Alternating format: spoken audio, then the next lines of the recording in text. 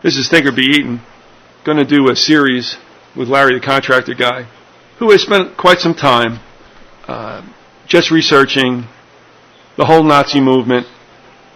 And it is interesting, not for prurient reasons, but as I've often wondered now, too, since I've read the Lusitania, the people in Germany prior to World War I, it seems, were not the same folks. And I don't mean just age-wise. I mean, they were not the same mentality that those of those who were in the Weimar Republic.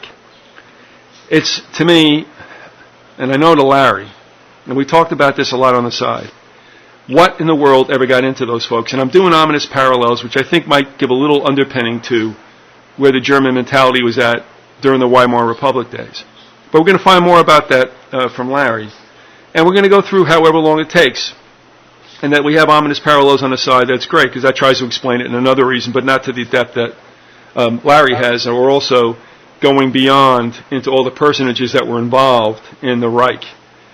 So Larry, we've talked a lot about this, but we've never really done anything. I know you've done it, I think, with Gordon and such, I'm not sure, but let me ask you first of all, thanks for availing yourself of being on and for the time you're going to do it. Yeah, glad to be here, man. Let me ask you firstly, it isn't something strange that one would want to kind of like go into the nuts and bolts about whatever the heck happened over there. I don't think anybody really, a singular person, has ever marshaled enough resources and tried to posit how that all happened. But as far as you go, that is something that, in a historical sense, you were very interested in. Is there something, can you tell us, was there one thing, two things, what hit you about what that was all about that you wanted to probe as deeply as you can? And like Nietzsche said, man, you look long into the abyss looks long into you. Yeah.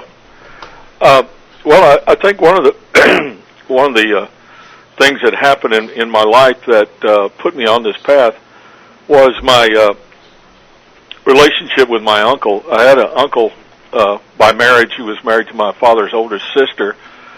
His name was Vernon Blackwell. My Uncle Vernon was a really dynamic guy. He had been a star football player in high school and gotten a scholarship to the University of Alabama, which kind of impressed me. And then before he was ever able to actually take the field, he was drafted into the Army and wound up being a tanker. And he fought the Nazis all the way across France into Germany as a commander of a Sherman tank. And he was just a dynamic guy.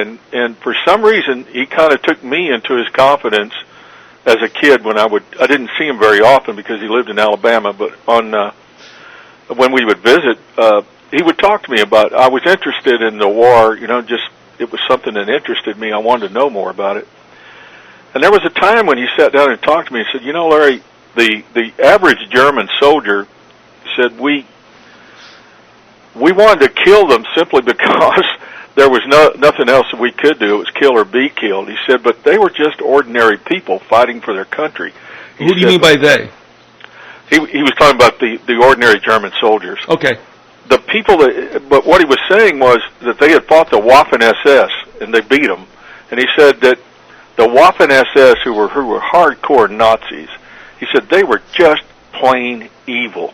He said they were the most evil people I have ever met in my life. He said we saw the results of the things that they had done to the people. He said they had gone into villages and raped and murdered, just wholesale. He said there was one village where they got all the people in the village into a church and burned the church down with them in it, simply because somebody had thrown a rock at one of their vehicles. And he said, the French people would tell him stories about them, and he said, it was almost unbelievable just how evil these people were. And that set me on a track. It took many years. In college, I took an interest in the development of the Third Reich, but the one thing I really didn't know about, or it wasn't really emphasized very much, was the occult beginnings of the Third Reich. And then we began to see how these people turned out to be as evil as they were because of the influences that they had through the occult. I'll pick up on that strain. The next thing I wanted to run by you, and this is very general and prefatory. We all look at research. Everybody does. When you read something, in a sense, you're doing research. Yeah. And if you are doing a paper necessarily, or an article or an essay or whatever, you can do a number of things. You can do just something that's subjective with the resources that support, I guess, what you believe is the truth. And here's where I'm going with this. I can see, let's face it, the historical record, and that especially which is most accessible in libraries, at academic libraries, also in books that are available for purchase. And now we're really down to the last few mass publishing houses. Mm-hmm. Oh, the record that's there in those books, in academia, in popular interest, not necessarily the true record, but they got the high ground because they're backed, they're supported, and nothing can happen to those books, no matter if they're great sellers or not. They're going to always be out there and shoved in your face. Mm-hmm. And then we also have works, and what I did with Theobald's book, The Final Secret of Pearl Harbor, where he's a rear admiral at Pearl, and he writes a book in 1954, 9 years after the fact, and says, they all knew that Pearl was going to get attacked, and of course, people dump all over it. The book doesn't really get wide publication. So where am I going with all this? It comes down to this.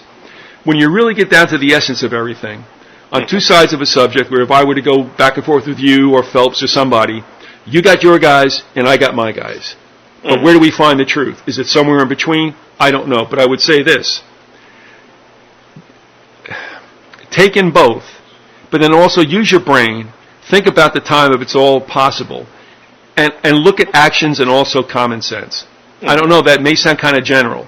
But for instance, we talk about the Founding Fathers and all this other stuff, and that's not where we're going to today. But it's like, okay, so these guys were like, all Christians, and they were like demigods. And then you take a look at what, the Constitution itself, or the way they behaved, and especially Jefferson, who wrote his own Bible. That's great. Well, not wrote, but he excised what he didn't want. And you're like, who is this guy? He wasn't egotistical or anything like that. No. And it's like, don't give me that. So anyway, we're always going to have that. And I think you probably understand it as well. And by all means, hit me with this if you can. There's always going to be your guys and my guys. I would like to think that the truth is something that can be at least substantiated by when you take a look at the big picture and how nations and people behaved. That's the end of it to me. What was the outcome physically? But I think that something important, and you're right, you can never get to the total truth, and you can never cover totally a subject as broad as, the origins of the Nazi Party and their aims, etc. But the best thing you can do, and this is something I learned in college in studying history, the best thing is to go to primary sources as much as possible and find out from their from their writings and from their speeches, what they actually thought and what they actually said, and that's the best way to determine, the truth, or get as close to the truth as you can. I will tell you where you're going to go in this series is something that never dawned on me, and this is kind of strange how it all happened. I had sat under a pastor out in Pittsburgh by the name of Bob Rosio, and I didn't realize how much of a historian he was. But, the church also supported a non-denominational school. But he wrote a number of books, and one of them was Hitler and the New Age. I read this in the spring of '94. And I didn't know about the New World Order or anything back then. But because of what he wrote, I never put it together. And I think this is what happens to a lot of, we'll just talk about Americans, and amongst them also those who are really Christian. Just how much evil plays a part in all that. And of course, you would say, well, duh. But think about this. I had not put that all together. I had not thought about the most occult, most powerful dark force there is on earth, and that is Satan. that he would be involved in this.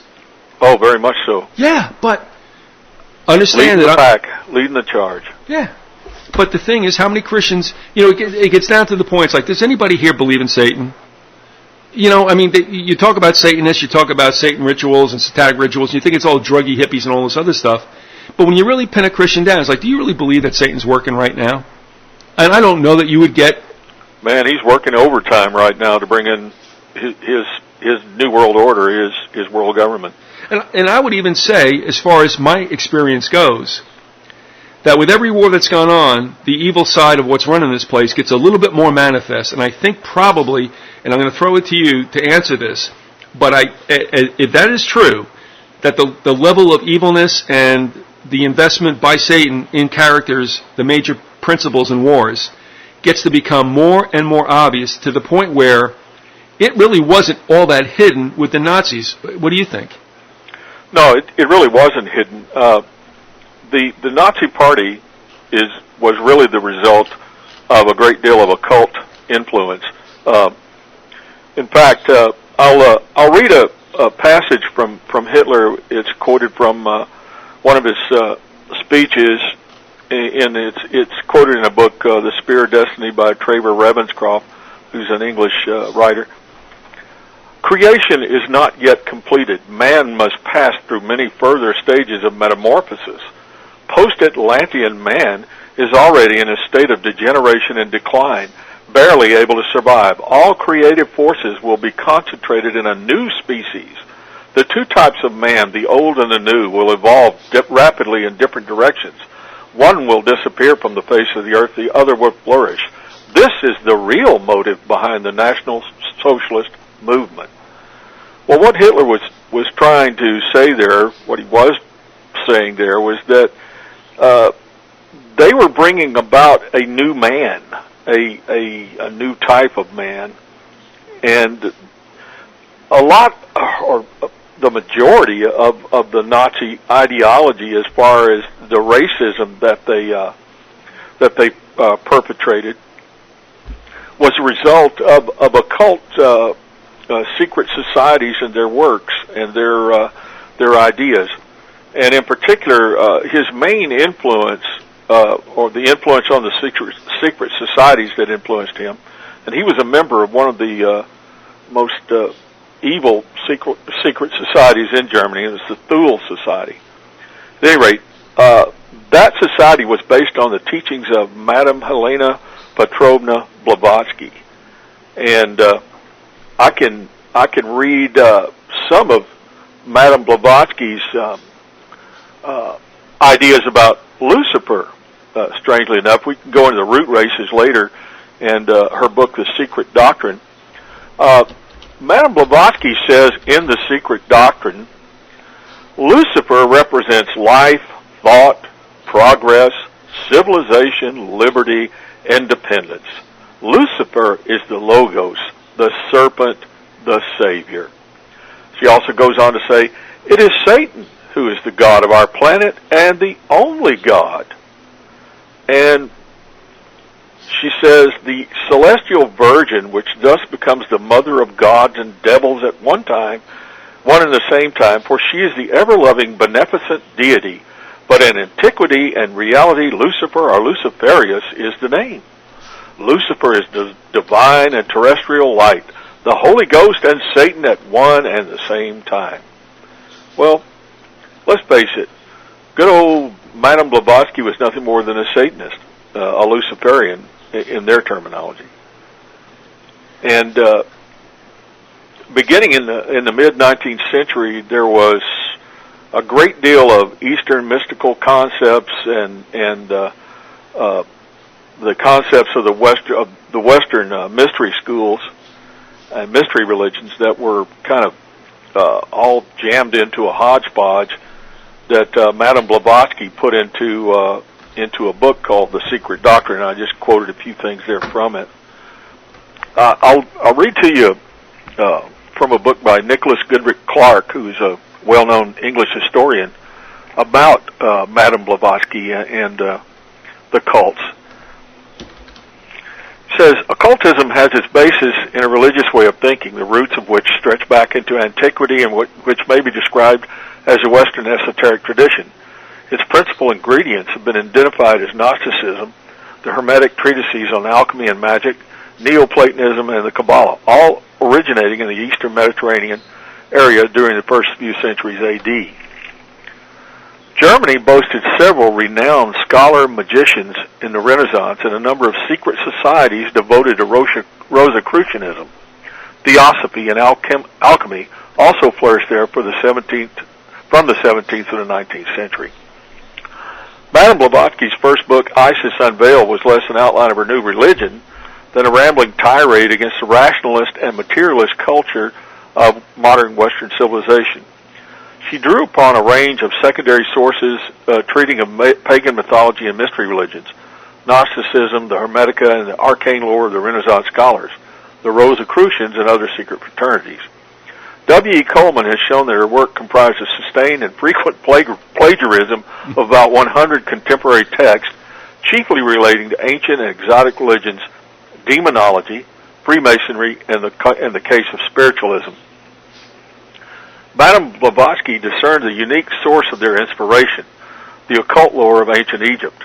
Her fascination with Egypt as the fount of all wisdom arose from her enthusiastic reading of the English author Sir Edward Bulwer Lytton. His novel, The Last Days of Pompeii, has been conceived of as a narrative of the impact of the Isis cult in Rome during the 1st century A.D. His later works, Zanoni, A Strange Story, and The Coming Race, and that's important because the novel The Coming Race was the basis for the establishment of the Vril Society, which was a secret society within the Thule Society. And said it's dedicated to occult knowledge in a way which exercised an extraordinary fascination on the romantic mind of the 19th century. The secret doctrine claimed to describe the activities of God from the beginning of one period of universal creation until its end, a cyclical process which continues indefinitely over and over again. Madame Blavatsky illustrated the stages of the cosmic cycle with a variety of esoteric symbols, including triangles and swastikas. A further important theosophical tenet was the belief in reincarnation and karma, also taken from Hinduism. Besides its racial emphasis, theosophy also stressed the principle of elitism and the value of a hierarchy. Blavatsky claims she received her initiation into the doctrines from two exalted Mahatmas, or masters, called Morya and Kuthumi, who dwelt in a remote and secret Himalayan fastness. These adepts were not gods, but rather advanced members of her own evolutionary group who decided to impart their wisdom to the rest of Aryan mankind through their chosen representative, Madame Blavatsky. Well, as far as I'm concerned, Madame Blavatsky was nothing more than a Luciferian twit who wrote a very long and rambling mythological history of racism, and in it, I mean, as far as I know, there have been no real scholars, no real historians or anthropologists or geologists who can back up the claims of her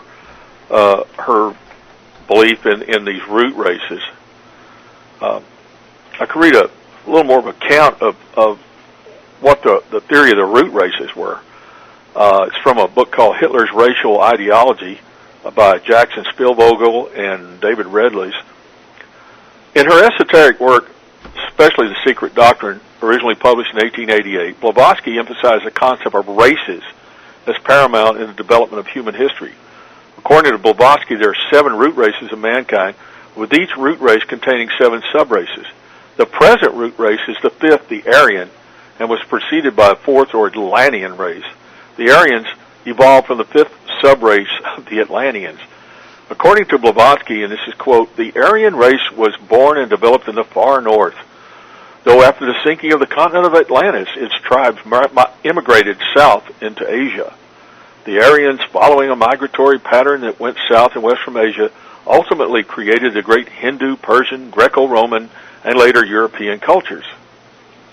And it says here, Hitler, like his party ideologist Alfred Rosenberg, also claimed Aryan origins for all these cultures. It goes on to say, each root race is seen by Blavatsky as being constituted differently in a physical and spiritual sense. And this is from Hitler. Hitler was greatly influenced by Blavatsky. In fact, he was greatly influenced by the occult in general. Mm-hmm. But he says, and this is from Hermann Rauschning, who was a friend of Hitler, and kind of kept a running diary of what Hitler said. The pursuit of the random path of the intelligence, we learned, was the real defection of man from his divine mission.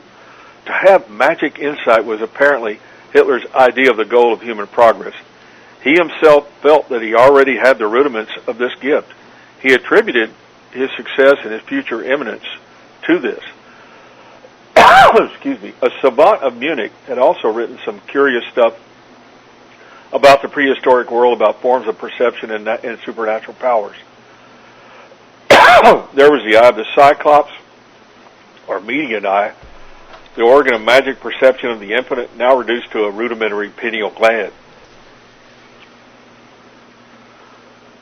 Speculations of this sort fascinated Hitler, and he would sometimes be entirely wrapped up in them. He saw his own remarkable career as a confirmation of hidden powers. He saw himself as chosen for superhuman task as the prophet of the rebirth of man in a new form. And goes on the article to say Blavatsky had helped to foster anti-Semitism, which is perhaps one of the reasons her esoteric work was so rapidly accepted in German circles. She sharply differentiated Aryan and Jewish religion. The Aryans were the most spiritual people on earth. For them, religion was an everlasting lodestar. For the Jews, religion was grounded on mere calculation. They had a religion of hate and malice toward everything and everyone. Jewish materialism and selfishness contrasted strongly with Aryan spirituality and selflessness. This dualism is dramatically echoed in Hitler in the following passage. Two worlds face one another, the men of God and the men of Satan. Interesting. The Jew is the anti-man, the creature of another God. He must have come from another root race. I set the Aryan and the Jew over against each other, and if I call one of them a human being, I must call the other something else. The two are as widely separated as man and beast. Not that I would call the Jew a beast. He's much further from the beast than we Aryans. He's a creature outside of nature and alien to nature. Well, we kind of get the impression there he doesn't like the Jews. Yeah. Yeah. It's so virulent. It's one thing to dislike or hate people, but this just goes into, kind of a realm that I don't think the world had ever really seen before. And go ahead. No, I was going to throw this in with regard to what Rosio had written along your lines. He quoted Meister Eckhart as saying, "I shall have influenced history more than any other German. Follow Hitler. Exactly. I have initiated him into the secret doctrine, opened the center's division, and given him means to communicate with the powers." Exactly. And then Rosio just said, "He established communication with Lucifer, from whom he openly coveted possession, entering into the service of Satan through a Luciferian initiation." Now, it was also in this book, too, where later on, again, Rosio was just researching what's out there. He said that when they broke into the bunker, they found, how many Buddhist monks dead? Yeah. So he had those guys doing whatever they were doing just for the mojo he thought came from them. So. Yeah, exactly. The SS had several expeditions to Tibet, the Himalayas, to gather information on the Aryan race. They also did the same thing. They went up to Greenland and Iceland, to try to find Thule. And he also went down to Antarctica. Yeah, exactly. Yeah, that thing with Thule, And I know you've been there also. It's interesting because, being Scandinavian, that's kind of like in their mythology or legend or whatever you want to call it as well. Exactly, Norse mythology. And there was always this thinking that the good came out of the north. Mm-hmm. The south is seen as being, I think, somewhat evil, just as left-handedness is seen as being evil, if you will, and right-handed isn't. Did you know that, by the way? Well, I knew that the Scandinavian Norse myth, Germanic Scandinavian Norse myth, did talk about the north as being good. Mm-hmm. I didn't know about left-handed, right-handed. I kind of like picked that up as a superstition. Left-handed lefties. people were looked upon as strange. I know. Yeah, but I think the root word is sinister. It comes like from sinister. Yeah. So I know. Yeah, lefties always get a bad rap. You know what's bad with me is I'm not ambidextrous, but I'm dexterous. I'd give my right arm to be ambidextrous. There you go. We get our drum roll out of this. Pow. Yeah, you're not above it, are you? That's great. Gosh. But I gotta have a little fun with this because it's an awfully dark subject. Yeah, I mean, it could definitely dent your brain for some time afterward. Well, let's talk about the concept of Lucifer and the occult, if you don't mind. No, I don't mind, but I don't mean to pin you down on this too. But no, it's important that we kind of establish this stuff, and where the actual, origins are. Well, and after I talk about Lucifer a little bit, I'll go into talking about the secret societies that were prevalent in Hitler's day, and the Thule Society, which he belonged to, and then the Vril Society. And there's another one that people probably aren't aware of, which was it went kind of like this. The top society that everyone knew about was the Thule Society. Within the Thule Society was a secret society known as the Vril Society. And then within the Vril Society, there was one called the Black Sun. So they had not only were they secret societies, but they had a pyramidal, structure. But you see, this also brings up the point, which I think bears saying, and that is, I was very heavy on the Freemasons until the point when I realized that a lot of the occult symbolism that now resides apparently in Masonry, in high-degree Masonry, has been with us for all time. It isn't like they created it. Also, there's no doubt in my mind that a lot of Masons don't know what's going on, especially the Blue Lodge. No, they don't. They're kept blinded. Albert Pike even said that in one of his his letters to a particular a governing board of the Masons. I forget the name of it. They have some high-sounding jive title for it, but as they do with everything else, the exalted this and the holy that. But at any rate, he wrote that it's important for us to keep the public in general and the people in the lower levels, blinded as to what the ultimate secret is. I think he wrote that in Morals and Dogma. Yeah, he may have. But you see, this is also the case, and I would say, with the CFR. Okay, you got some people in there who are heavy-duty types. Mm-hmm. There's a lot of what you would call porch members. Right. If you will, and that's what that's what they call them. Yeah. That's what they call them in the Masons. Yeah, I mean, they don't know what's going on. They don't really want to go that far. Yeah. But now that you mentioned it about the Thule Society and that you have subdivisions, of course. I mean, so there's some that don't know what else is going on. I'm not making a justification for it, but I think you'll find more sinister types, the more you could call it going up vertically or whatever, or inside a core. And they're the ones who really know what's shaking, and that isn't necessarily... Well, that's really the way that secret societies work. It's like a series of steps, and only the esoteric, inner circle really knows what the secret is.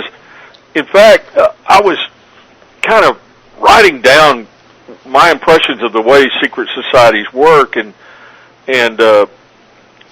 they actually, the old mystery religions, which is where Freemasonry comes from, it actually comes from the Knights Templar, which was, a secret society. But at any rate, there are two forms of worshiping, and that is in the very ancient times, in Babylonian times, and Egyptian times, etc. They would have the priesthood would it was a form of sun worship and the sun and stars, but inside there was an esoteric level where there was a different type of worship for the adepts. And then they had a knowledge of a true God, which was one of the, areas of the secret. And those who know were sworn to secrecy. So they kept anyone who was not an adept from knowing what the secret was. And they were the ones who knew how to solve all the problems and knew what was going on. But the real secret of Mystery Babylon, I think, was how to control everyone else. That's the real secret, and also that Lucifer is their god. And, they couched it under sun worship, but all along, I think, from the time that mankind, from the time that man sinned and fell from grace and began to develop religion in the secret societies which ran those religions, I think it was all about the worship of Satan, the worship of Lucifer, as they would call him. Are you differentiating between the two? As I've come to understand it coming out of the mouths of those who pursue this, that they look, this is the way I've got it, and I'm unfortunately, most of these characters are the ones who pop up on Coast to Coast. Mm-hmm. And they talk about Satan being the real bad guy and Lucifer, well, he's just a fun-loving spirit. I don't buy that. Huh? I don't buy that Lucifer was a...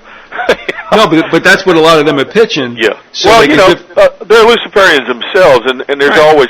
I think they're deluded.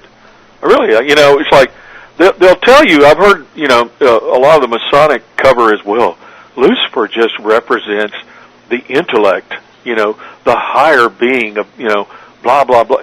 Well, I think Lucifer is an entity, okay? I think Lucifer is the one that we call Satan, and it's just now, if I'm wrong, I'm wrong, but I don't think either one, if there are two different entities, well, I don't think either one of them has the good of mankind at heart. I think when you get it from the societies that worship Lucifer and the light, it is a deliberate play on, what would you say, stealing Jesus' thunder in a sense? Exactly. Because light is a decent thing. You think of light as a good thing. Well, the way they play it out, it's very humanistic and therefore not necessarily Christian at all, whatever that means. But I have heard them say, I remember starkly that, oh no, Lucifer is just kind of like you and me and, just kind of gets worked up sometimes. And I think that's how they sell it. Now, whether or not they really believe it or not, I don't know. I would assume some do. And even Albert Pike played off that also in Morals and Dogma. So, okay, and then some think that Lucifer was, I guess, how should I say this? That Lucifer, the term, is falsely attributed to Satan. And I won't go any further than that. Yeah, I've heard all that, and I don't buy it. I really don't.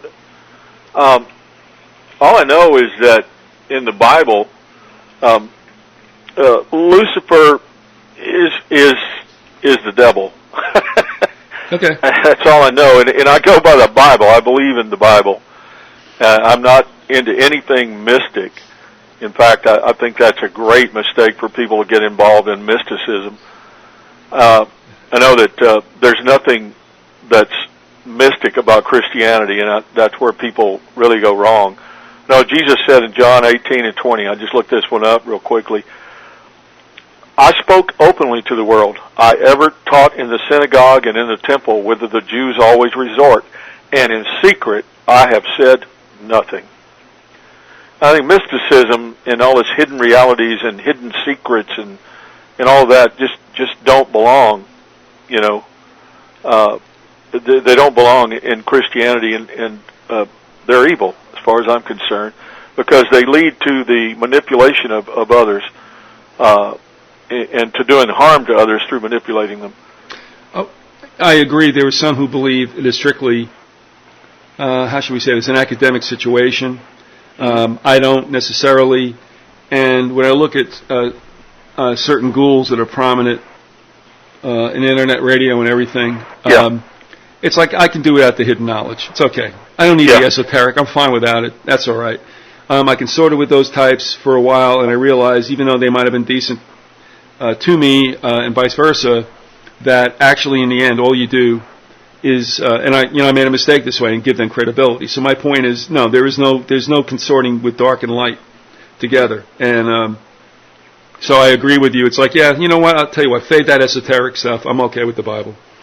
Me too. But without beating it over the head for other people, do what you got to do. But now let me bring you back to the whole idea of what was going on with Nazism and, like you said, Blavatsky and Luciferianism. Sure. I'd like to read just a little summary here of Hitler and the Occult, written in a book called Hitler and the New Age by a man, Philip Jones. And it's a fairly good summary. Hitler was initiated into the mysteries of the occult at a young age. He attended a Benedictine monastery near his home in Austria. That'll do it to you. Yeah. Sorry. That's enough to blow anybody out of the water. Anyway, the occult interest Hitler gained in this school stayed with him all of his adult life and helped to shape his future spiritual philosophy. During his years as an aspiring artist and/or architect, and some would say bum, in Vienna, I just threw that in there. He often frequented occult bookstores and libraries, acquainting himself with the mysteries of metaphysics and making the acquaintance of occultic local adepts. He was fascinated by the theories of transcendent states of consciousness and mind expansion, and devoted much of what little money he had in his time to the pursuit of higher states of consciousness. Impatient with such methods as yoga, astrology, Eastern and Western paths, he accelerated the progress by supplementing meditation with drugs. He used mescaline to transport himself to the desired higher states of consciousness, which enabled him to experience what occultists term the Akashic record, a demonic version of historical and future events. In other words, he was seeing into the future, but colored by demonic vision. His aim is taking this accelerated path was to gain a perspective on his own future destiny. Hitler believed he had made contact with Lucifer, an openly coveted possession. In 1938, he was said to have commented, "I have seen the Antichrist. He is cruel and intrepid. He frightened me." Well, he would have frightened me too, but this idiot went ahead and kept pursuing it. So, sometimes I wonder about the condition of someone's mind to know that what they're dealing with is evil and cruel and could do them great harm, but they continue to pursue it, I guess, out of the desire to have power. Well, yeah, I don't doubt at all that there's a true communion there. And also, you're dealing with the most powerful entity on earth right now and until an appointed time. He's also a great liar. Right. And, of course, those who want to seek, I guess, to do that, his bidding in his service, believe there's going to be a payoff down the road. And I agree with them, but it's not going to be the one that they think there's going to be. But certainly, they've experienced, take a look at Hitler. That's an example far beyond, I would hate to say the garden variety type. Oh, yeah. But, and I don't want to misquote this, but there was somebody in Hitler's inner circle who said that he thought him rather unremarkable in a lot of ways, but so he felt that he had to be invested by something to lift him up to the heights, obviously, to which he ruled. And I really have no problem believing that whatsoever. You take a look at him. Quite a few people that thought he was demonically possessed. Well, that's it in a nutshell. Yeah. Yeah, that'll do it. There were, I've read accounts and I've seen interviews with people who had gone to Hitler rallies. In fact, one of them that I saw that was very interesting to me was an interview with a professor of history at the University of Michigan, a man named George Mosse, or Mosse. Anyway, he was a Jew, and for some unknown reason, as a young adolescent, he had sneaked out of the house and gone to a Hitler rally. And he said, "I cannot explain to you the power that this man had." He said, He said there was really nothing remarkable about him. Right. He he wasn't particularly handsome or erudite, but he said when he started to speak, he had a power that you just couldn't explain. And he said, of course, my parents had known that I'd gone to this rally. That had beat me half to death. But he said that it was just something he had to do because he had heard so much about it. And he said, I can't explain this power that the man had. Well, I can explain it. And the only way I can explain it is that it has to be a supernatural power, and it has to be from a Luciferian source. I mean, I think he was demonically possessed, and that's what gave him the great power and the attraction that he had. Yeah, I would agree. Absolutely. We were talking earlier about the levels, Freemasonry and other, occult orders. I'd like to read some stuff from Alex Constantine, which is along those lines. Sure. Now, what Constantine contends is that Freemasonry is not really anywhere near the top of the pyramid as far as the occult and the secret orders. But I'll read a couple of things that he said here. Adolf Hitler and his inner circle of Nazis called the Holocaust the greatest and most powerful dance of death of all time. And he goes on to say, perhaps the real difference between a shaman-informed pagan ritual and a satanic ritual lies in the consent of any party. A victim definition is the unconsenting prey of the predator, and any such ritual intends to create only darkness. Hitler himself said, he calls Hitler a Rosicrucian frontman. The old beliefs, this is Hitler speaking, the old beliefs will be brought back to honor again. The whole secret knowledge of the divine, of the demonic, we will wash off the Christian veneer. I want to see in the eyes of youth the gleam of the beast. That's Hitler speaking.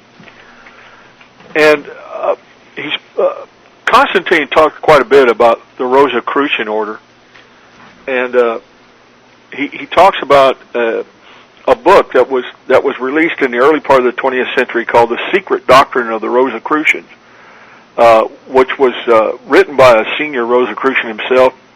He was threatened by a lawsuit and also threatened with death for having written this thing. I don't know the outcome of that. I don't know whether they got to him or not. I do know that they suppressed the book at one point. But at any rate, the book, The Secret Doctrine of Rosicrucians, says, the possession of knowledge unaccompanied by manifest and expression in action is like the hoarding of precious metals. Forget not to use it. He goes on to talk about magical powers. And Constantine says, according to their dogma, it is the mission of the Rosicrucian to initiate, to assist in the evolution of human consciousness. It says, however, their evolutionary theories are fundamentally racist. According to their beliefs, each race is of a higher or lesser degree of consciousness. One race may only step forward to a higher plane when the lower race is annihilated. By whatever means, it is their unfortunate destiny to endure. As theories of reincarnation are also central to Rosicrucian belief system, such racial genocides are not considered to be negative, but in fact most positive. And from the book, The Secret Doctrine of the Rosicrucians, the individuals of any subrace who have outstripped their fellows in spiritual pursuits are still bound by race ties to their brothers until the great body of the subraces are up to the position of the individual. Great convulsions of nature destroy practical traces of the preceding civilization and leave but few survivors. Well, you can see in that type of rhetoric, you can see is very similar to what Hitler and, of course, Blavatsky was talking about. In fact, a lot of people believe that Blavatsky was kind of the front woman for the Rosicrucians. And here's something interesting that Constantine says here. The higher ranks of Freemasonry are only the lower ranks of the exclusive Rosicrucian orders. The Knights of Malta, the Knights Templar, the Priory of Sion, etc., are instructed in these occult beliefs, which means many powerful people have been conditioned to internalize these dehumanizing values. At first glance, it may appear that the Catholic monastic orders are at odds with Rosicrucianism. However, the historical civilizing and educational mission of these is rooted in the same beliefs. It is believed by scholars that the inner circle teachings of the Jesuits and Rosicrucianism are the same thing. In fact, the Orthodox Roman Catholic Church has always been fundamentally linked to the Rosicrucian secret church. Traditional Catholicism's obsession with sex is also a result of the Vatican's knowledge of the secret teachings. He goes on to say, according to aristocratic historian Sir Lawrence Gardner, the British contingent of the Imperial and Royal Dragon Court embodies the Knights Templar of St. Anthony and resides within the Rosicrucian Anglican fraternity, revealing that Satanism and Rosicrucianism are not so much distant cousins as close relatives.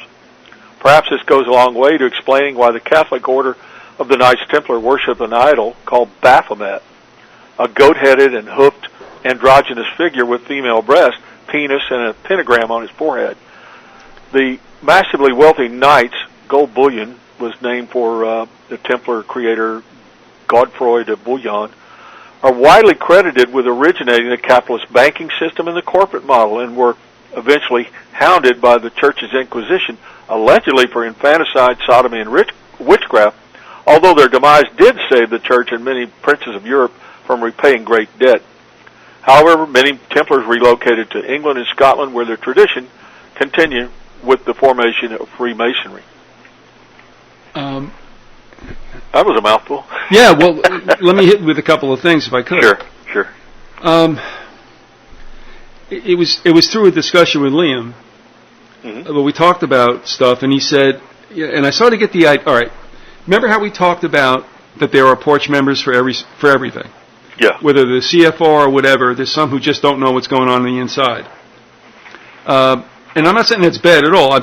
That's the way it is. I started to also think that, in a sense, that Freemasonry might have been held up as the piñata which you could bash, bagmen, if you will, for something else.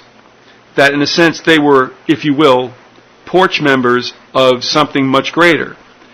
That something much greater, Liam seemed to indicate, especially over in Europe, are the Rosies. I think that's exactly correct. I think there's evidence that points to that. It's when you consider it, to become a member of the Knights of Malta, which is considered one of the very highest of the occult secret societies, and it's you have to be an aristocrat. You have to be extremely wealthy. When we look at the Masons, I mean, you can be a middle class or working class guy, and you can, apply to become a Mason and become one. Well, you can't just get into these other orders, without being among the very elite. Well, if I have this right, the Knights of Malta, their headquarters is inside Vatican City. I believe that's correct. Yeah. And did you know that they are considered to be a sovereign nation as well? That was the idea too, and get where this came from. It was when the Today Show took a trip over to Rome, and there was this like little secret keyhole you could look into, right? And on the other side was the headquarters of the, they would call themselves the Sovereign Knights. The Sovereign, what is it? The Sovereign Military Order of Malta, SMOM, or the Knights of Malta. So yeah, you're right, and of course. They found their way, and I'm sure you're going to hit this later on, they found their way into, I think, the revamping of intelligence agencies in many places, including the United States. Oh, yeah. In fact, I have something along those lines. And Seymour Hersh recently made a public statement about the Knights of Malta, which really surprised me. There's an article which I kept from, it's from Seymour Hersh Unleashed by Blake Hounshell in Foreign Policy magazine, which is not a magazine very many people read, but guys like me who are doing research right, kind of get a hold of that. No, I tell you what, you can find it in academic libraries. I've read it, yep. Yeah. He said, Hersh then alleged that General Stanley McChrystal, who headed the JSOC, Joint Chiefs of Staff, before briefly becoming the top U.S. commander in Afghanistan, and his successor, Vice Admiral William McRaven, as well as many others within the JSOC, are also members of, or at least supporters of, the Knights of Malta. Mm-hmm. And then Hounslow goes on to say, Hirsch may have been referring to the Sovereign Order of Malta, a Roman Catholic organization committed to the defense of the faith and assistance to the poor and suffering. Yeah, right. According to his website. Well, he goes on to say, Hirsch goes on to say, many of them are members of Opus Dei. They do see what they're doing, and this is not a typical attitude among some military. It's a crusade, literally. They see themselves as the protectors of Christians. They're protecting them from the Muslims, as in the 13th century, and this is their function. They have little insignias, these coins they pass around among each other, which are crusader coins. They have insignia that reflect the whole notion that this is a culture war. Right now, there's a tremendous amount of anti-Muslim feeling in the military community. Well, yeah, that's that no doubt is being manufactured as we speak. Exactly. I mean, we're going to have a new crusade. Yeah. I mean, that's really what is. I mean, that's what it's building up to, Biz. I mean, if people can't see that, I'm sorry, but I mean, if you really look the facts in the face, it's just like in the Middle Ages when they went around trying to get a crusade. They had people that they would send into the towns that would start talking about the evils of the Muslims and why the Roman Catholic Church had to go to the Holy Land and take it back. And they would whip up enthusiasm, and they would get some of the peasants armed right there on the spot with whatever they could come up with, and they would march on down the road and take them in as the cannon fodder, if you will, for the Crusades. Let me take you back, if I could, when we were talking about the Rosicrucians, and to this very point that you just made right now. First of all, also, the Rosicrucians are an older order than the Masons. Mm-hmm. Also, they were begotten in Germany. Mm-hmm. You can go to a website, www.soul.org, and that will be billed as the authentic Rosicrucian fraternity in the Americas and the Isles of the Sea. That's interesting. Yeah. Also, if you remember, and it says, like the first paragraph, it says, "Welcome to the authentic Rosicrucian fraternity." Let's see, that was first instituted in Germany in 1614. The fraternity brought together into one organization the various associations of individuals previously known as the Hermeticists, Pythagoreans, Magi. Pythagoreans? Huh? Is that like Pythagoras? Yeah, and I failed geometry twice. So when I see that word, I start going, Mo Larry Cheese, Mo Larry Cheese. My teacher had a really thick Texas accent. You never know why that is, but she would always pronounce it, and she was a good math teacher, really smart lady, but she'd always go, the Pythagorean theorem. There you go. I am. I didn't know until I got older. There it is. The guy was Pythagoras, but hey, right. Pythagorean. The other groups in this are the Magi, the Platonists, the Gnostics, the Alchemists, and the Paracelsians. Now, if you might remember, when I read that part of the book, the Meniscus Chronicles, yes, sir, that was written under a pseudonym, and it was from this center of the German Rosicrucian element in the United States, and it's in Quakersville, Pennsylvania. Do I have that right? Quakersville? Yeah, it's Quakersville. My point is that they consider themselves, obviously, the most erudite. And I had a discussion with Pilot Pete years ago, and I was talking about Rosicrucianism, and he said, well, do you remember Mrs. So-and-so was one? Somebody on the block. And I'm like, no. Oh, he goes, oh, yeah. Now, she used to go to worship, whatever this means. I don't know if you had one of these in your neighborhood. I did. The Ethical Cultural Society. The what now? Yeah, the Ethical Cultural Society. No, we didn't have one of those. We had a Masonic lodge down the street from. I lived in a small town. Well, there's no. And one of my forebears hangs in the place. It not literally hangs, but his portrait hangs in the place because he started the lodge. When I was a kid, they tried to recruit me. They're not supposed to recruit, but they do as far as Desmoulins, which is their auxiliary. And I didn't know for years that Jacques Desmoulins was burned at the stake. Stake in France, yeah. And it was obvious, I mean, if that isn't a connection to the Knights Templar, you Sure. you name your youth auxiliary organization, the DMLA. The guy came to a house and wanted, a young man who was a member of the group, and wanted to talk to my folks and me about joining. And my dad goes, "Well, I'm sorry, but my son's not going to join a secret society." And the guy goes, "Oh no, this is not a secret society." He goes, Yeah. My dad goes, "Well, if you're a Mason, it's a secret society." That was kind of the end of the discussion. Well, I Fortunately, our house didn't get burned down or anything. No. When I was a teenager, I was a ringer on the DMLA softball team. Yeah. And I don't know if I ever told you that. And then after the game is over and stuff, this kid comes over to me. He's going, "Well, you going to the, I think he called it the Enclave or the Conclave or something." I'm like, no, I got to go on vacation with my parents. I'm going, "Please, what is this? I got to get out of here." And the other thing is I used to set pins in a Masonic lodge. Yeah. Yeah, in the old days, when they didn't have the old AMF, pin setters. Yeah. Man. Yeah, we sat on this little flat piece of board, straddling two lanes. And then you had a pedal you stepped on, and all the prongs came up, and you would set the pins. Yeah. But when the guys got drunk, they used to try to hit you with the ball while you were in the pit. That wasn't a very Masonic thing to do, I didn't think. It may have been actually a very Masonic thing to do. Yeah, if you get hit the pin boy, it's 10 points, yeah.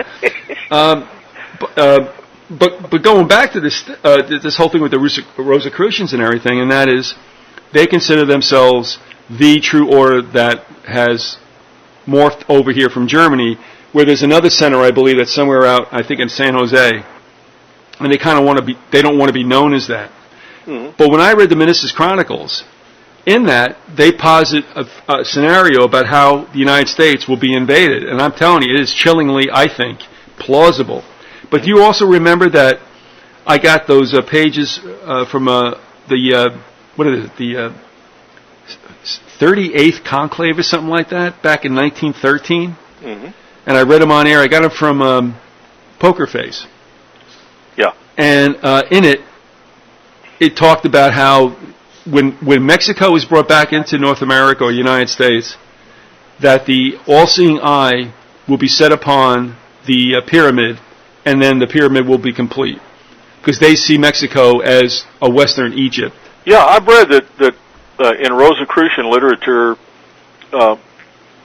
not sure where I got this, I'm maybe incorrect, but they believe that the United States will not, that the capstone, the pyramidal structure with right. the Eye of Horus or whatever, the capstone will not be put on the pyramid until the United States is linked back with Mexico. That's exactly right. That's exactly what he wrote. And this is a climber who, his antecedents were involved. I think, in fact, that one of them was a signer on the Constitution. It's a big landed Pennsylvania family. Mm-hmm. So, So the reason I brought this whole thing up with Pilot Pete, not to get too far afield, I guess we have, and that is, he said, well, Mrs. So-and-so was a Rosicrucian. And I'm saying, well, Pete, it's, again, she doesn't have to be involved with all this blah, blah, blah, but the thing is, they also were very, I thought, erudite organization that prized education, I'm sorry, much as the Jesuits do. You can't get a better education in college, I think, in the United States than going to a Jesuit facility. And so that's just the way it is. So I think the Masons have gotten a real bad deal in a lot of ways. Mm-hmm. And you're right. I mean, the Knights of Malta, I believe, is in the higher degrees, but I think it's Scottish Rite, not York, for whatever that is. Let's talk about the Knights of Malta a little bit. And sure. I've got some interesting information here, again, from Constantine, Alex Constantine. He writes here in an article about Rosicrucianism, and he says, when Hitler's attempt to create a third empire failed, many leading Nazis escaped through the Knights of Malta and the Vatican rat run to the Americas. Mm-hmm. Far from disappearing, the Nazi movement and its racist ideology became a force both at grassroots and elite levels. Street-level neo-Nazism is particularly interesting for its overt use of Christian and biblical rhetoric. However, this is hardly surprising when the most powerful of neo-Nazi elite secret societies are directly linked to the Holy Roman Catholic Church. specifically the Knights of Malta, the Italian Masonic Lodge P2, and Holy Roman Empire Restorationists. The Priory of Sion, have all been proved to be linked to the hierarchy of the Vatican. Global members of these fascist groups participate at the highest level of the military, international politics, and finance. Well, we just found out earlier from Hirsch that very high-level people in the American military are linked in with the Knights of Malta, and some of them are Knights of Malta. But anyway, it says P2 Propaganda 2 are perhaps the most visible and are named after the propaganda machine of Joseph Goebbels that effectively mind-controlled the German people into believing their Rosicrucian racist ideology that led to the Holocaust. And then he goes on to say, it is widely known that Pope John Paul I demanded resignation from Vatican insiders who were members of P2 and were involved with major money laundering for the mafia through the Vatican Bank. He also planned a complete reshuffle of the staff and the power structure of the Vatican. The next night, he was found dead in his room with a list of names scattered over his body and was promptly buried without an autopsy. Those listed were retained and many were promoted to positions of more responsibility and power, including Chicago's Bishop Paul Marcinkus, who handled Vatican investments and who eluded a suspicious Italian police by remaining within the Vatican's walls. P2, like Hitler's own SS, are the elite of the international neo-Nazi movement. Yet, like Hitler and his occult inner circle, P2 are the ground troops of an even more powerful, hierarchical elite. Britain's respected newspaper, The Guardian, portrayed the structure of P2 as a pyramid beneath a pyramid. Its grand master, while at the apex of the P2 pyramid, was only at the base of the controlling power structure. It was revealed by a former member of P2, Mino Pecorelli, that the organization was ultimately controlled by the Knights of Malta and their allies within the CIA. Following this revelation, Pecorelli, like so many that have spoken out before him, was found dead. Shortly after P2's Roberto Calvi, who had handled Vatican finances and faced corruption charges, was found hanging under Blackfriars Bridge in London. Well, it kind of shows you what will happen to you if you mess with these guys. Well, what I find interesting also is that that the order goes back to Germany once again. And it gets really muddied, and we're not going to do that here. Yeah. But, you know, on face, the Catholic Church will have nothing to do with Freemasonry. But then you look behind the scenes and you wonder. And then, of course, the Knights of Columbus were created supposedly as some place where the Catholics could go so they didn't go to Freemasonry. I don't know. They're all alive and well. And but they're all linked. They're all linked, and they all have really, as far as I'm concerned, very similar goals, if not exactly the same goal. And also, their roots for some, I mean, well, what we've talked about is almost exclusively coming out of Germany.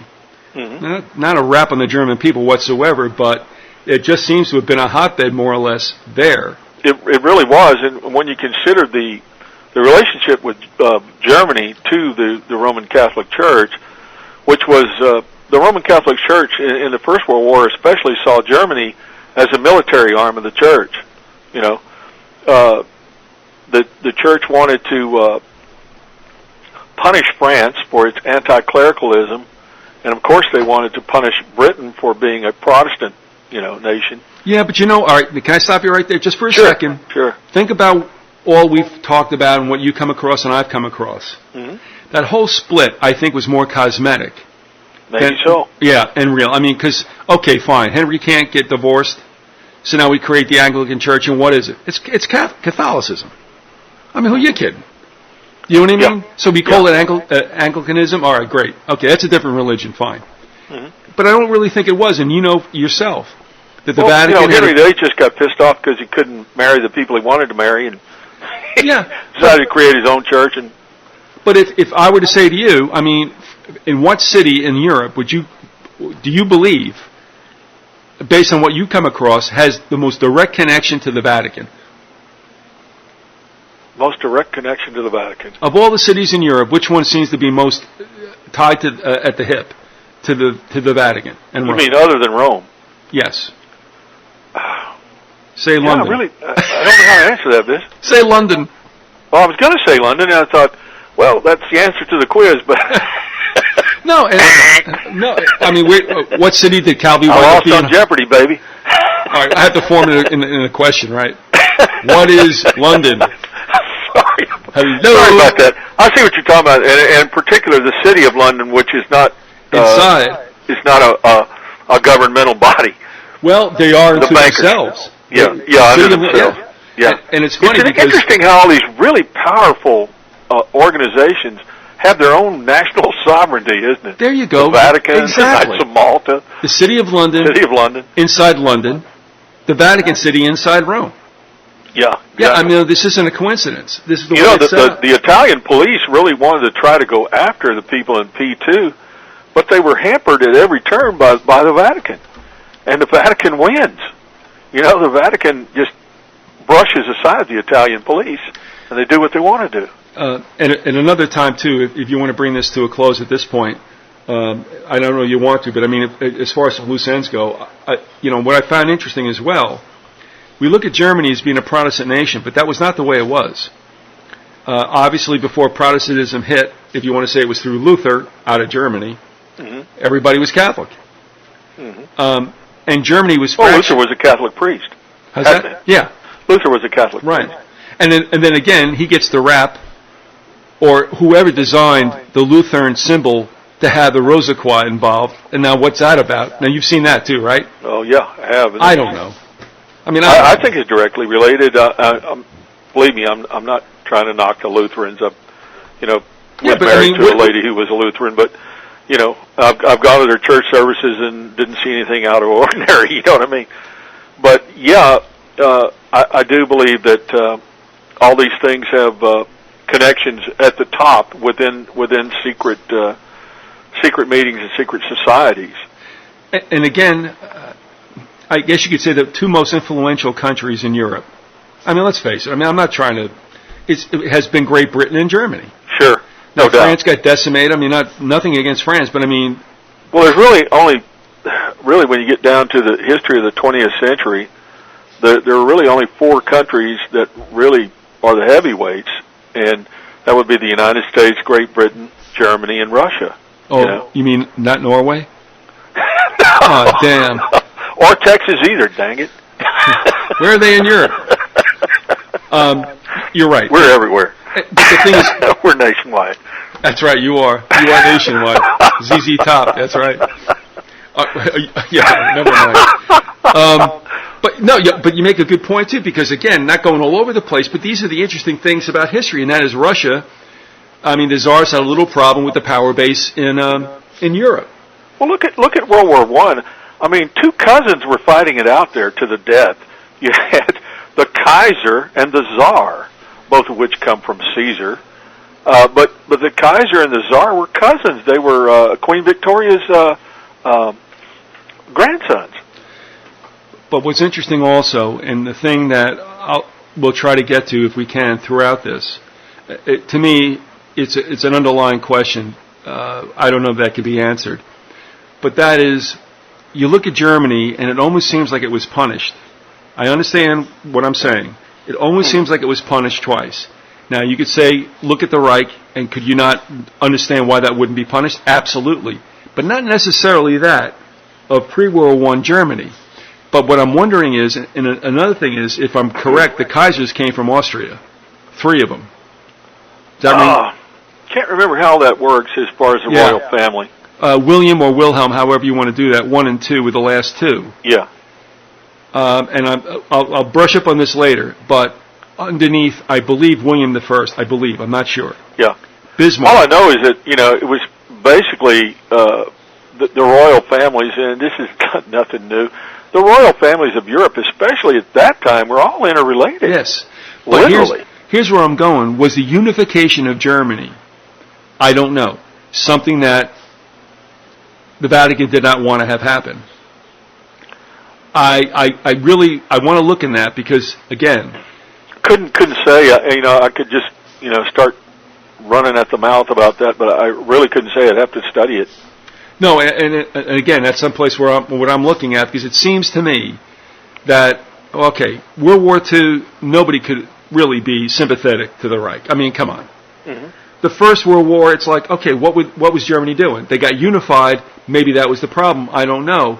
But a unified Germany, which we have now seen since the wall, quote, got knocked down or whatever, when the Germanys get together or when they're united, they seem to be a very formidable force. I think in this day and age, and probably somewhat earlier in the 20th century, everybody knows what the deal is. Like, you don't get out of line. If you try to, things happen. And that's why I'm wondering why Germany... I think they were set against each other by what I, for lack of a better term, would call the leaders of the New World Order. And, you know, we know all the suspects there. I think the nations of the world were set against each other as part of the Hegelian dialectic, which they like to play. Yeah. And, I mean, they're funding both sides, they're making money off both sides, and gaining power. And I think that the plan, which I don't know that it's written down anywhere, but the plan was for 3 world wars. In fact, Albert Pike is supposedly had said this to Mazzini in his letter to Mazzini. It's a very famous... People say that it never existed. I don't know whether it existed or not. I know that you said you knew a guy who said he had seen it. William Still, yeah, when he did his research, maybe for the Money Masters, I believe that was it, said that he saw it in the London Museum. Yeah. And I think that the whole idea there was to establish fascism and communism, you know, and to have them fight each other, and then another synthesis, and then, you know, eventually they would have 3 world wars, and the Third World War would establish once and for all world government, and I think that's going to result in a Holy Roman Empire in Europe again, and would be centered in probably in Germany and Rome. And I know Germany is far and away the most powerful country on the continent of Europe. I mean, they're kicking butt economically all over the place, and they're becoming more powerful day by day. And whatever they say goes, and it's just, you know, it's an inevitable consequence. I would say that, yeah, economically, the European Union needs them. But, you know, who knows what the bottom line is going to be. And I say that because some people think the European Union is faltering and it's not going to work out and blah, blah, blah, and that the euro's down. And I would admit, it all looks not that solvent right now, but I'm not so sure that it's not going to, you know, get strengthened. Well, you know, I read an article by a writer who was based in Detroit, and he was saying that, of course, one of the most powerful corporate interests in Germany is the automobile manufacturing community. And he was saying that a strong euro they're going to prop up the euro because a strong euro benefits Germany. So it may very well be. The thing that Germany is sick and tired of, though, is having to bail out the weaker economies there. I think eventually they're going to have like a 2-tier system, and they're going to dominate that system. And the euro basically will be the German mark. You know, I mean, just in a slightly different form.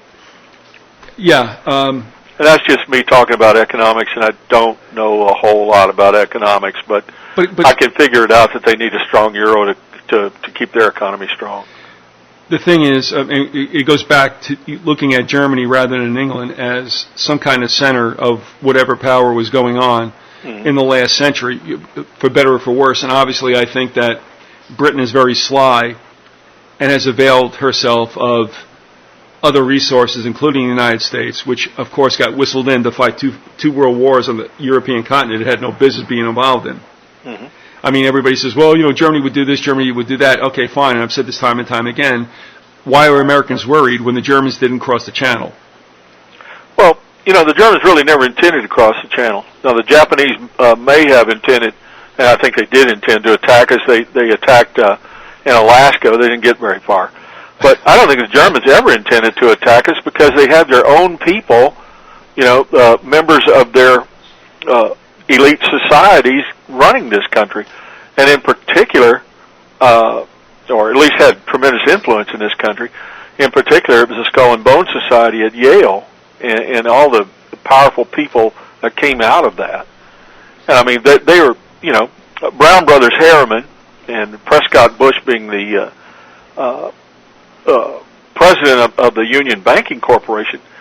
They sponsored the buildup of the Nazi war machine and the buildup of the Nazi Party, and helped the Nazi Party to become what it was. And that was done for the purpose of, as far as I can tell, wanting to have a Second World War, and because they wanted a right-wing dictatorship in Germany that would lead to a Second World War. It was all, you know, part of the plan. I mean, the Harriman family. What's really hilarious about that is it's, you know, you've got this. We've talked many times about the silliness of American politics, where people really believe that they have a choice between two competing parties, when in effect the parties have the same goal, and you don't really have a choice, that they're controlled by very powerful interests. You've got the Harrimans, who were the godfathers of the Democratic Party. In fact, Pamela Harriman, who is the daughter of Averell Harriman, was the biggest contributor to the Clinton campaign here in recent years, back in '92, and I guess again in '96. But you know, the Harrimans are like totally identified with the Democratic Party. Well, on the other side, you had Prescott Bush, who was the president up there. You know, they went to school together at Yale. You know, the Harrimans and the Bushes. You know, and you know, they're in the same secret society there, and yet, you know, the big Republicans are fighting the big Democrats. You know, and in effect, they just give people the illusion of a choice. That's right. I was going to say to you, take a look about how people either wonder or don't wonder at all about the coziness that is shared now by Clinton and the Bushes. Exactly. I mean, but this is the way it always has been. And I don't know if people on the outside who listen to like stupid mainstream news are saying, well, you see, they patched their fence. No, there was never any holes in their fences to patch. They were connected at the same limb, if you will. And it's no big surprise. One thing I did want to bring up to you, and I'll tell you what, if we can, we can close here. And next week, can we start with perhaps one character I think is really interesting that doesn't seem to be remembered all that well in history, and I think it's really, Sabatendorf is something else. Yeah. And Baron, and as I like to call him, Rudy der Fartenpooper. Be careful. Okay. That was adolescent stuff, but anyway. That's why we like it. That's why you come here. Had to do it. That's right. Those German names, boy. Whew. Yeah, but I mean, that guy, I mean. Yeah. And you know, he was a 33rd degree Freemason. That's what makes it really funny, too. But also, didn't he have we're talking about the interrelationship between Germany and the United States. When you get down to it, Germany and the United States have both been heavily influenced and driven by the same secret societies. Yes. No doubt. You know? But wasn't Sabatendorf also involved with Islamic Turkey back? Yes. Sabatendorf spent a great deal of time in Turkey. He was into the Sufism, which is a mystical form of Islam, a secret society within Islam. And militant. Yeah, extremely. Okay. No, I mean, he's a character that... Yeah, really I'll read you a little something about Sabatendorf here. Sabatendorf, the leader of the Thule Society, was known as an adept at astrology, alchemy, divining rods, and other occult practices. Well, that's all the basic food groups. It was his belief that the Jews were really in control of the Freemasonic lodges. Right. That probably led to the eventual seizure and closure when the Nazis took power. Indeed, the whole idea of brotherhood that typified Freemasonic beliefs was at odds with what the Thulists believed. Well, I don't know if I buy that. Indeed, Sabatendorf went so far as to say that equality is death. Thus, Freemasons were also singled out by the Nazis. Well, I think Freemasons got, clipped on the chin by the Nazis quite a bit because they were kind of like you say, the fall guy, They were the patsy, in a sense, Well, we can pick this up, but think about something also. When we were talking about the occult influence on the Third Reich, well, what in the world what in the world did Germany have going with Islamic Turkey that they would have the Ottomans on their side in World War I? Yeah, exactly. I mean, it seems to me to be, somewhat two disassociated factions, and yet that is not the case whatsoever. Well, even in World War II, it was even more pronounced. The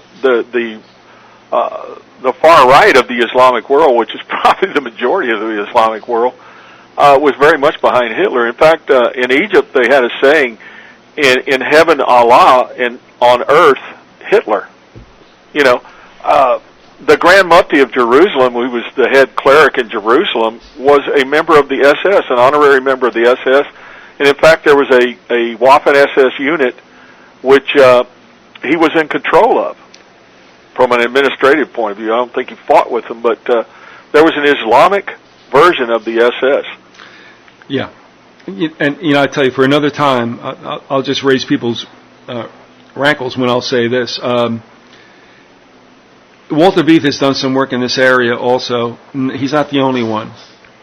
But there is some indication with the Pope and the Vatican, even prior to the Jesuitical takeover in about, 1822, that the idea was, okay, you know, Islam can, do what you got to do, just don't touch any Catholics.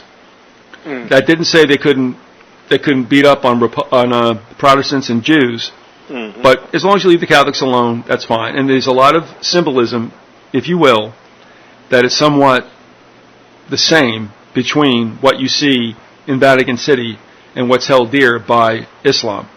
Right. I know that's really inflammatory to say, but I think we can back that up later on. But that's not the focus of what we're doing. Well, there's something along the same lines. Going back to the Thule Society, Sabandorf wrote a book called "Before Hitler Came," and it was suppressed by the Nazis once Hitler took power, because he really didn't want people to be able to trace his footsteps, on his way up. And there's a list of people that belong to the Thule Society, which he wrote up in his book Before Hitler Came. Of course, Baron Rudolf von Sabandorf, or Rudy von Fartenpooper, was the Grand Master of the Order. He had Guido von List, another occultist master of the Order. George Lanz von Liebenfels, also an occultist. Adolf Hitler, of course. Rudolf Hess, Hermann Göring, Heinrich Himmler, Alfred Rosenberg, Hans Frank, Julius Streicher, Karl Haushofer, Gottfried Feder, Dietrich Eckart, and number 14 that he lists is Bernard Stempel, who was, quote, father confessor and confidant of Hitler. Well, Bernard Stempel was a Jesuit priest. And he is, many people believe, he is the guy who actually wrote Mein Kampf. They know that he helped edit it. They know that he went to Landsberg prison, where Hitler was being imprisoned for the Munich beer hall push. And they believe that Father Bernard Stempel was the guy who actually wrote it. In fact, Edmund Paris, who wrote a very good book called The Secret History of the Jesuits, Edmund Paris says that Stempel actually wrote it. Other people say that Stempel probably had a hand in the editing. But isn't it odd that the Thule Society, this occult, totally non-Christian society, should have a member who is a Jesuit priest and called the Father Confessor and confidant of Hitler? I thought that was interesting. Yeah, it is, but you also cited, who was it that somewhat revered the Jesuit structure? I believe it was the Rosicrucians. Okay. The Rosicrucians in general. And you had the same thing with Cecil Rhodes. Yeah. In building the Round Table, is that he wanted a structure and also an oath, much like that of the Jesuits. So take that for what it's worth. Yeah. Also, I'm just going to end with this, if you don't mind. Sure. Just to give a little light on where we might be going. Yeah. I did not write this. I'll just say that this was written to me. It said,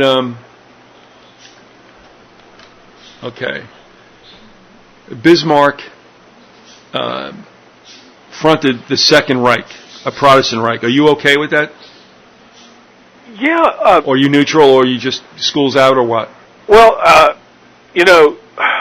distinguish Protestant from Christian, in the same way that, Okay. If you know what I mean? Are you saying if you mean Protestant, that you're not Roman Catholic, but you're supposedly Christian, yeah. I would say that's agree true, with that. Yeah. Because Prussia was a Protestant, quote, Protestant state, and that's where he was from. Well, that was the dominant, the Junkers. He was from the Junker class, which was the aristocrats that ran Prussia. They were very militaristic. We're talking about Bismarck? Yeah. Okay. Yeah. All right, well, then that would fit. So it said, Wilhelm I had conquered Catholic Austria, 1866, and Catholic France, 1871. True. There were assassinations on both Kaiser Wilhelm I and also Bismarck, 2 attempts on him that failed. It said they had expelled the Jesuit order in 1872 after the order had sought to use France to destroy Protestant Prussia in the Franco-Prussian War of 1870 to 71. I think evidence supports that. Okay, but France lost. Napoleon III then fled to Queen Victoria's Great Britain, and from there the Jesuit order plotted the overthrow of the Protestant Second Reich via the British Crown. Germany being the most powerful and wealthiest nation in Europe, a war was to be incited by the 2 greatest nations born out of the Protestant Reformation, as its 400-year anniversary was arriving 1917, and a huge celebration was planned. I don't know. You're okay with that, right? I believe that's true, and yes, I believe that the Jesuits and the Vatican played all kinds of. I mean, it's historically proven that they played all kinds of games and been involved in many intrigues. And I think what we're talking about here with secret societies, which the Jesuit Society is a secret society. Very much so. They hide and play sight, and they're perceived as being not a military order, which they are. That's why it's interesting about both the Knights of Malta and also with the Jesuits, because they are considered a military order. Yeah. And that is why the lead character is called the Knights of Malta. Even go back to the Crusades, along with the Knights Templar, they were actual knights who fought in the Crusades. The Knights of Malta were. And so we see this somewhat incestuous warfare that goes on in Europe for whoever wants to finally sit on top of the dung pile. Yeah. It seems time and time again, though, that France just winds up being third man out. No affront to them. I mean, that's the way it seems. It's like everything was pitched against them as well, and you found this, I guess, much more closer bloodline in some kind of propinquity between Germany and Britain. And France is kind of like, no, you're the third one out. Well, when you get down to it, the Angles and Saxons were Germanic tribes, and of course English and German. Well, I mean, English is a Germanic language, and there's a lot of ties of culture and blood, that the people, and this is really generalizing, but, the Germans and the English are kind of considered cousins. Yeah. Well, what's also interesting here is that there was always a high pro-German sentiment in this country. Exactly. From its founding, even through World War I and II. And that's just the way it is. But it's funny you mention that, because my ex-father-in-law, who's deceased now, but he was saying that he's pure German. I mean, the community that they grew up in, everybody was German. German Americans, they had immigrated as they had been persecuted in Germany, and they had come to the United States, or what was then the colonies back in the 1700s. But at any rate, he was saying that during World War I, from what he had heard from his parents, that a lot of the people within the community he grew up in really supported Germany. Yeah. They were not, and they were really upset when the United States went in on the side of Britain and France, because they didn't think it should have been done that way. No, and it should have been. Of course, they were Americans, and they supported America, but it was kind of like, well, that's the wrong side to back, Well, when I just got done with that excerpted, serial of the Lusitania, I mean, again, I'm not looking to make. I mean, whenever you back Germany, it always sounds like you're a Nazi. That's all we're left with the remnants of. But if you go backwards, it's unfair. It's really unfair. Like I try to say, though, really there were no good guys in that war. I mean, both sides did terrible things. Both sides committed atrocities, and it was a bad deal all the way around. But Germany is no worse than the British or the French or the United States or the Russians. But with the Lusitania situation, and really just focusing on that, because that was the spark that got us into World War I. Right. And that is, the Germans said, look, they gave fair warning to everyone. And of course, the book documents that Wilson wouldn't let the message get out. Secretary of State William Jennings Bryan was a pacifist and very much eager to get that known, and it was stifled. So the Lusitania sailed, and the President and the Prime Minister and the King of England all knew what was going to happen. this country gave up 1,200 people so that we would finally get into World War I. But I will say this, I mean, the Germans try to say, look, don't do this. We're playing according to the rules. You're bringing over armaments, and you're using human shields, basically. Yeah. And, that one thing about the German contact that they had over here, who had a German-American newspaper, and he told William Jennings Bryan, he says, right now, the Lusitania is being loaded with munitions on Pier 54 in the Hudson. Okay? Yeah. Bang. I'm sorry not to use that word, but, that's what happened. And the rest is history. So well, it was a terrible event, and the sad part is, much like 9/11 and other events of that type, a false flag attack like that, the people that get hurt are innocent people. They're always I'm sacrificed. sure that most of the people on the Lusitania had no idea that somebody was carrying war munitions. Yeah. No, I mean they were just trying to go on a trip. Probably a lot of them on vacation. And kind of like somebody getting on a plane to go to Europe now, but they were on a luxury liner. Hey, we're going to Britain. In the modern day, it's horrible, man. But here's my point. Don't give me this stuff about Christian government. Don't give me this stuff. No. You can't have a Christian government until the Lord returns again. Everything else that we have here is not even a facsimile of. It's just human government that fails time and time again. And in the history of the United States, so they spin it differently, as you well know, Larry. I mean, we got some sailors sacrificed in the Maine incident to spark the Spanish-American War. Then we do it again with the Lusitania. Then we do it again with Pearl. And you can insert others in there also before we get into 9/11. That's the Murrow bombing in Oklahoma City.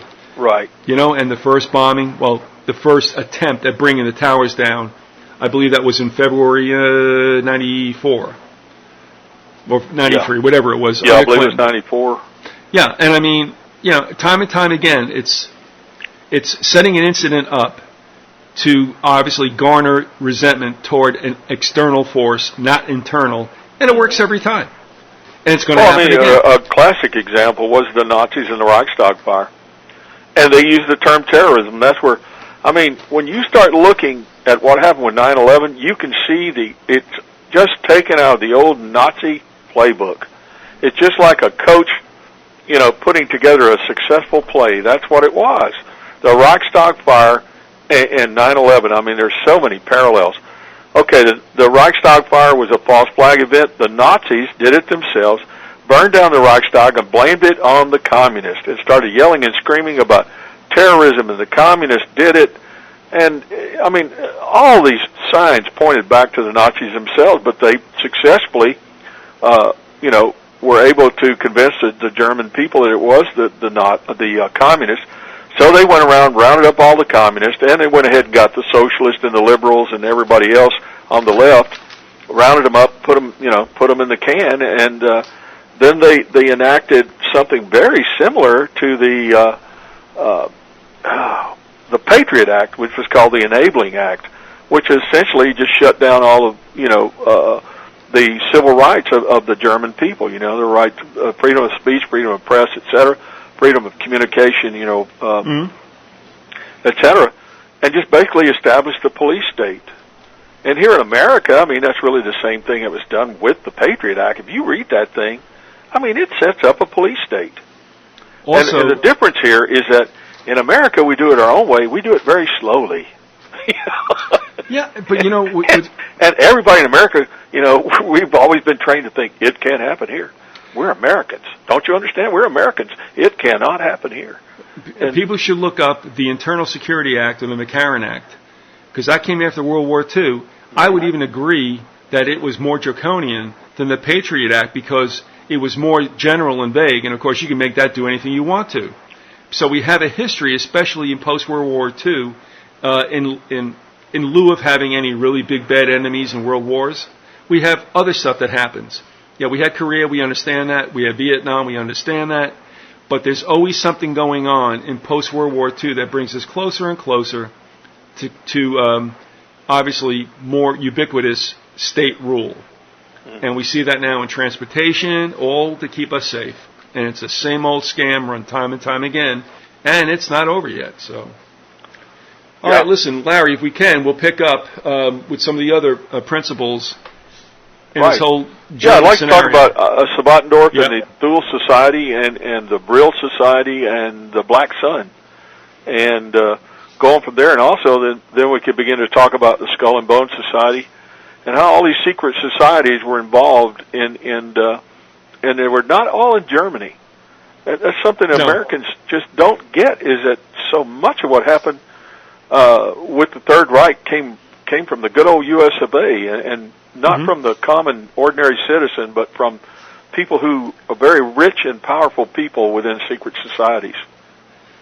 Yeah, the elite, no doubt about it. Exactly. I mean, they are just not your average Americans. All right. Listen, thanks for coming on and spending the time that you did. And we'll hit round 2 pretty soon. And sorry for the adolescent humor, but I just had to throw it in there. Look, you know who you're talking to, don't you? You want me to do armpit farts? I can do that, you know. I love it. Rudy der fart and poop. But anyway. Yeah, well, I also had to play the outro song, which you picked also. Oh, yeah. So don't get done apologizing yet. Oh, not really. It was a false apology. I've just had fun doing it.